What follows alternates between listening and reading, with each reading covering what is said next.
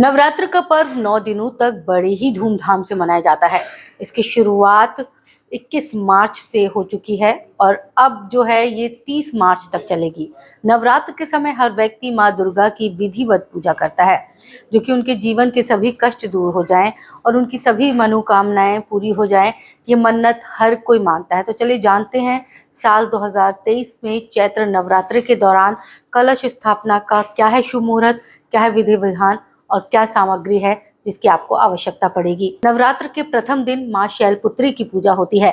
शैलपुत्री हिमालय की पुत्री है, इसी वजह से माँ के इस स्वरूप को शैलपुत्री कहा जाता है।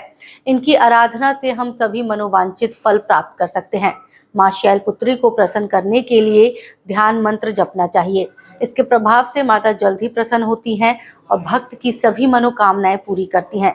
सबसे पहले माँ शैलपुत्री की तस्वीर स्थापित करें और उसके नीचे लकड़ी की चौकी पर लाल वस्त्र बिछाएं। इसके ऊपर केसर से श लिखें और उसके ऊपर मनोकामना पूर्ति गुटिका रखें। तत्पश्चात हाथ में लाल पुष्प लेकर शैलपुत्री देवी का ध्यान करें। चैत्र नवरात्र के पहले दिन कलश स्थापना और उसका पूजन किया जाता है। इसके बाद माँ शैलपुत्री का पूजन किया जाता है। नवरात्र के 9 दिन जगत जननी माँ दुर्गा के 9 स्वरूपों की पूजा होती है। माँ के 9 स्वरूप और उनका नाम अलग ही अर्थ और अलग ही लोगों को नई सीख देने वाले हैं। नवरात्र का पहला दिन माँ शैलपुत्री को समर्पित है, जो हिमालय राज की पुत्री है। इसी के चलते उनके नाम का अर्थ भी कुछ ऐसा है। शैल माने पत्थर या पहाड़। पहले दिन शैलपुत्री की पूजा का महत्व भी है। मान्यता है कि देवी के स्वरूप की पूजा इसलिए की जाती है ताकि लोगों के जीवन में शैलपुत्री की नाम की तरह स्थिरता बनी रहे, वो अपने लक्ष्य को पाने के लिए जीवन में अडिग रहे। नवरात्र के पहले दिन कलश स्थापना के बाद माँ शैलपुत्री की पूजा का विधान है। कलश स्थापना के बाद दुर्गा सप्तशती का पाठ किया जाता है। मान्यता अनुसार कलश को भगवान गणेश का स्वरूप माना गया है। किसी भी शुभ काम में कलश की स्थापना इसलिए की जाती है क्योंकि वो प्रतीक है गणेश जी का। पहले दिन शैलपुत्री की कथा सुनने और पढ़ने मात्र से घर में सुख समृद्धि आती है। माँ शैलपुत्री का मंगल आशीर्वाद प्राप्त होता है।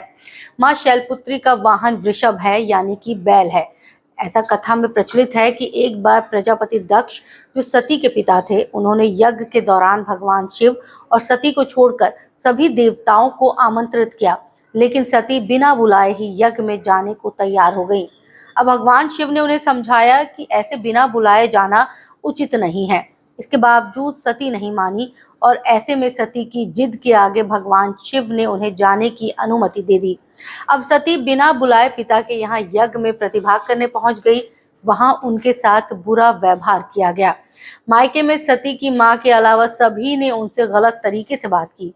क्या भाई और क्या बहनें, सभी ने उनके पति और भगवान शिव का खूब उपहास किया।